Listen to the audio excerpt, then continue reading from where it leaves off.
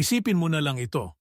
Isang koponan na kilala sa mga legacy, sa mga bantog na pangalan, ngayon ay nasa gitna ng isang desisyon na puwedeng magbago ng direksyon nila sa susunod na mga taon. Walang Lebron sa eksena ngayon. At sa likod ng mga eksenang hindi nakikita ng mga tagahanga, may isang koponan na desperado, may plano, at may isang target na pangalan na patuloy na lumalabas sa bawat balita.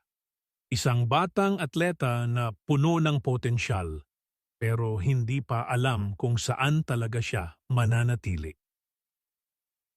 Kung ikaw ay tagahanga ng basketball, alam mo kung gaano kabilis kumalat ang mga bali-balita sa panahon ng off-season. Isang tweet dito, isang report doon at biglang lahat parang totoo na. Pero ngayon, iba ang pakiramdam. Hindi lang isa o dalawang tao ang nagsasabi ng parehong bagay. Halos lahat ng may kredibilidad na nagbabalita tungkol sa liga ay tumuturo sa parehong direksyon. At kapag nagkakaisa ang mga boses na dati magkasalungat, alam mo na may totoong nangyayari sa likod ng mga pinto. Ang koponang pinag-uusapan natin ay gumagawa ng lahat para makuha ang batang forward na ito. Hindi lang isang alok, nagbenta sila ng mga trade pieces, nag-ayos ng roster, sinusubukang palawakin ang puwang sa sweldo, lahat para lang sa isang pangalan. Sinasabi ng mga insider na aktibong nakikipag-usap ang management sa kanya, ipinapakita sa kanya ang larawan ng pagbabalik sa liwanag, paglaro, kasama ang bagong superstar ng koponan at pagsabak sa laban para sa titulo. Sa madaling salita, hindi lang alok ng pera ang ibinibigay nila. Nagbebenta sila ng pangarap. Pero dito pumapasok ang tunay na tensyon ng kwentong ito. Hindi simple ang sitwasyon. May limitasyon ang budget ng koponan. Kung gugustuhin nilang kunin siya, kailangan nilang maghanap ng paraan. Mag-trade, mag-waive ng ilang manlalaro, i-stretch ang mga kontrata, at pumili kung sino ang kanilang pagsasakripisyo. Sa bawat desisyon, may isa ng taong maiiwan. May manlalaro na matagal nang naglaro para sa koponan, na naging bahagi ng puso ng team, na posibleng hindi na magkaroon ng lugar kung matutuloy ang planong ito. Hindi ito simpleng usapin ng pera. Usapin ito ng pagpili, ng sakripisyo at ng puso. Isipin mo ang manlalarong iyon. Matagal siyang naghintay, matiyagang nagtrabaho, sumubok na patunayan ang halaga niya sa koponan. Ngayon, habang ang lahat ng atensyon ay nakatuon sa bagong target, siya ay nasa gilid, hindi sigurado kung may lugar pa siya sa hinaharap ng koponang ito. Ganito ang katotohanan sa larangan ng profesional na palakasan. Kailangan mong palaging maghanda kahit gaano ka pa naging tapat. Dahil ang negosyo ay negosyo pa rin. Pero kung titingnan natin ng mas malapit, may pag-asa dito, hindi lang kalungkutan. Marami sa mga koponan na dati interesado sa manlalarong ito ay lumipat na sa ibang direksyon. Nakahanap na sila ng kanilang sagot sa iba pang lugar. Kaya kung sakaling hindi na siya maging bahagi ng planong ito, hindi nangangahulugang tapos na ang kwento niya.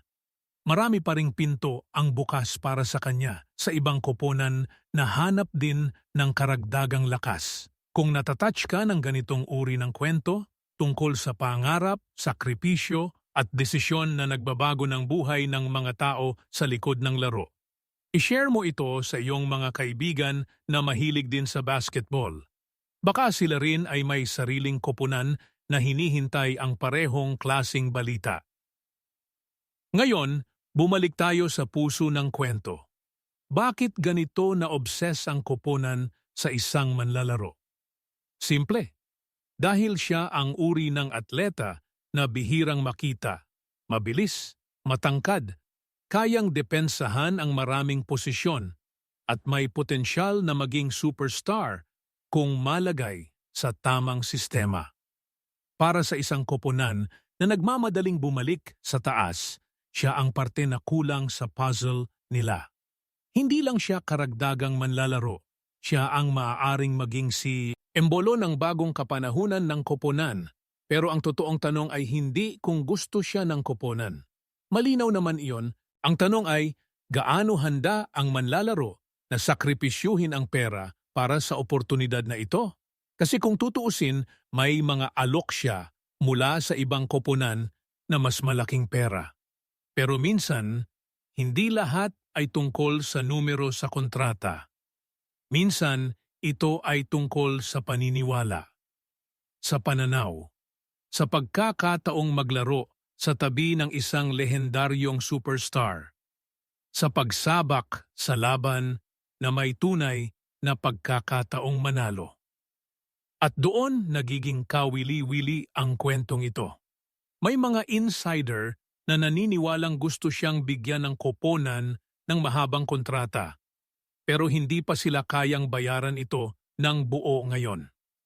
Kaya't ang solusyon na binubuo nila ay isang tila kompromiso. Tanggapin muna niya ang mas maliit na sweldo sa unang taon o dalawa habang inaayos ng koponan ang kanilang budget.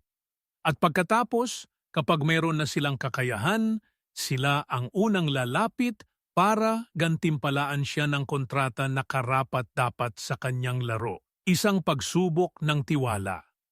Isang pangako na wala pang garantiya. Pero para sa isang batang atleta na naniniwala sa kanyang sarili at gusto ng lehitimong pagkakataon na magpatunay sa pandaigdigang entablado, minsan ang tama ng panganib ay mas malakas kaysa sa katiyakan ng pera.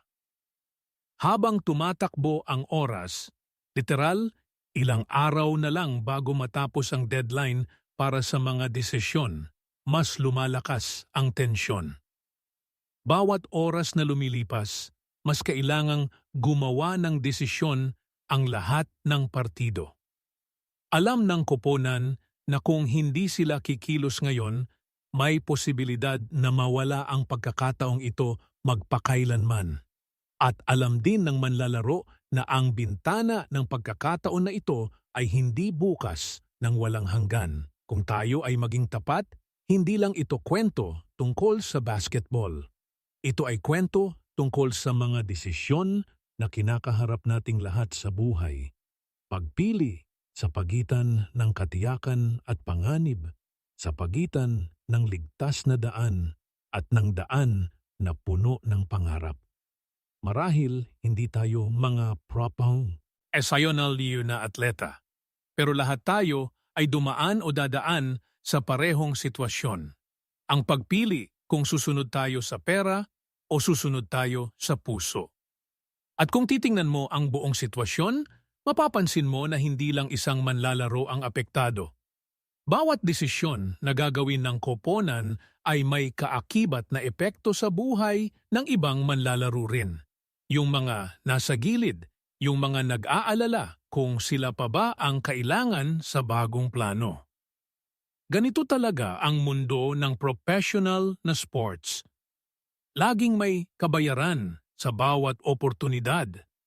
Laging may isang tao na sasakripisyo para sa pangarap ng iba.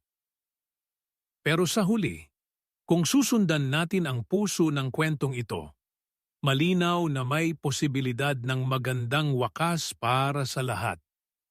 Kung magtutuluyan ang koponan at ang manlalaro sa isang kasunduan, magiging simbolo ito ng tiwala at determinasyon. Isang koponan na handang gumawa ng mahirap na desisyon para sa mas magandang hinaharap. At isang manlalarong pumili ng pangarap kaysa sa madaling pera. At para sa mga manlalarong may iwan sa gilid, marami pa ring pinto ang bukas. Bagong tsansa, bagong koponan, bagong kwento na maghihintay sa kanila. Ito ang kagandahan ng sports at ng buhay sa pangkalahatan. walang tiyak na sagot, walang garantisadong resulta. Pero sa bawat panganib na kinukuha, sa bawat sakripisyong ginagawa, may pagkakataong lumitaw ang isang bagong bersyon ng tagumpay na hindi natin inasahan. Kung sa palagay mo may kwento kang katulad nito, isang panahon na kinailangan mong pumili sa pagitan ng ligtas na daan at ng panganib na may pangarap, ibahagi mo ito sa comment section. Gusto kong marinig ang iyong karanasan. Salamat sa panonood ng video na ito hanggang sa dulo. Kung nagustuhan mo ang kwentong ito, huwag kalimutang mag-like, mag-subscribe at i-on ang notification bell para hindi ka makalis sa susunod na kwento na katulad nito. Ingat kayo at hanggang sa susunod na video.